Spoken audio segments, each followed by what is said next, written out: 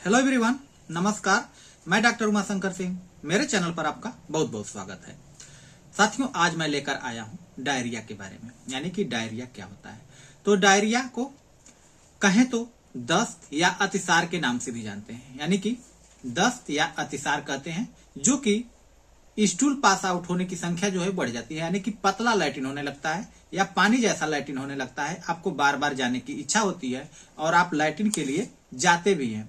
साथियों को मरीज को एक सामान्य तौर से जो सामान्यतया जितना लैट्रिन होना चाहिए उससे बहुत बार ज्यादा होती है, उसी को कहें तो डायरिया के नाम से जानते हैं।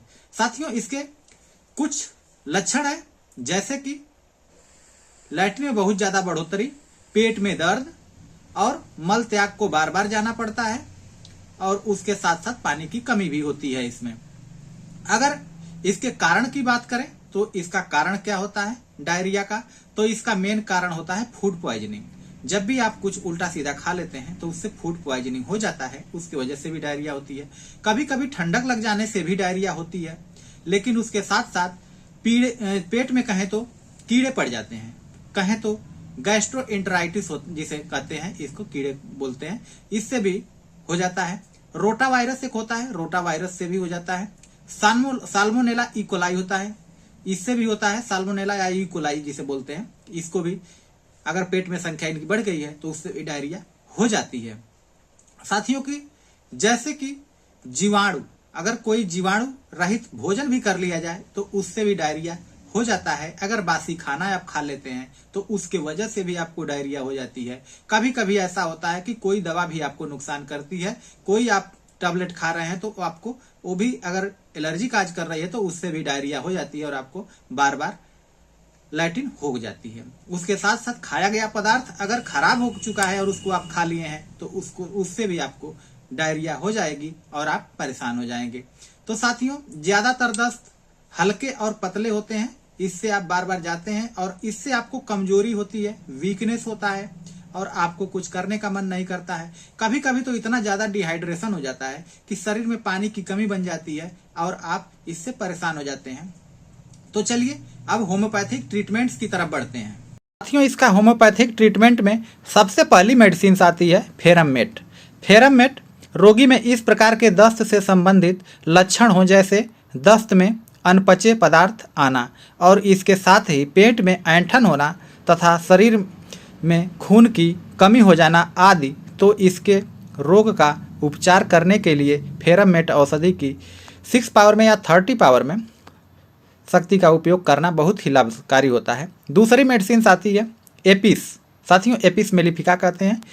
पेट में दर्द होने के साथ ही दस्त सब्जी के रंग का पतला होता है। ऐसे लक्षण यदि किसी रोगी में है तो उसके रोग को ठीक करने के लिए एपिस औषधि की कहें तो 30 पावर में लेके आइए और उसको आप बार बार दीजिए, आपको बेहतर आराम देखने को मिलेगा।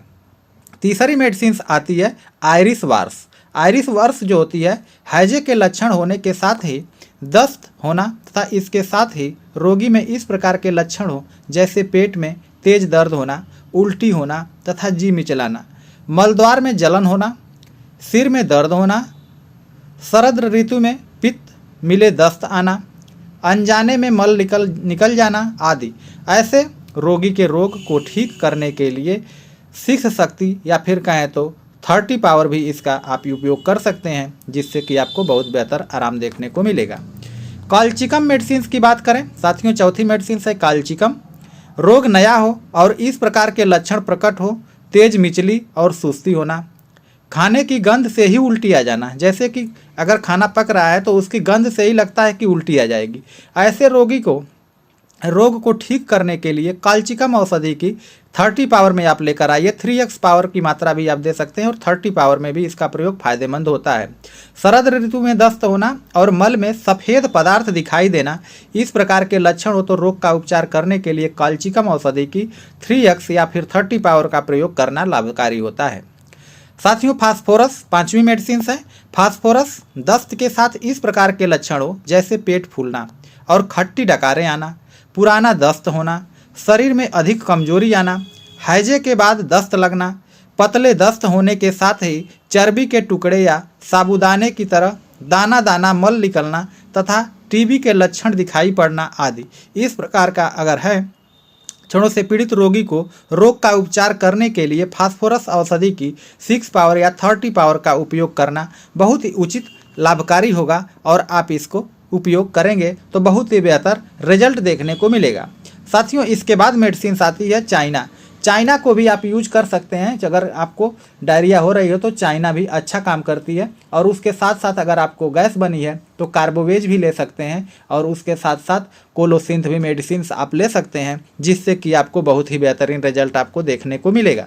तो साथियों, इस वीडियो में बस इतना ही।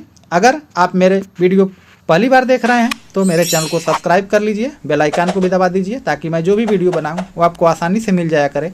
और इसको लाइक एंड शेयर जरूर करते रहिएगा ताकि मुझे भी मोटिवेशनल मिले और दूसरे लोगों को भी बेनिफिट्स हो। हाँ, जाते जाते मैं आपको बता दूं, प्रत्येक संडे को 12 बजे से 12:30 बजे तक लाइव आऊँगा और इसमें आप आकर अपने प्रॉब्लम की समस्या, जो भी आपसे संबंधित समस्या हो तो आप इसमें कमेंट करिए, मैं उसका ट्रीटमेंट बता दूंगा और आप लेंगे तो बहुत बेहतर रिजल्ट आपको देखने को मिलेगा। तो साथियों, मुझे इजाज़त दीजिए। जय हिंद, धन्यवाद।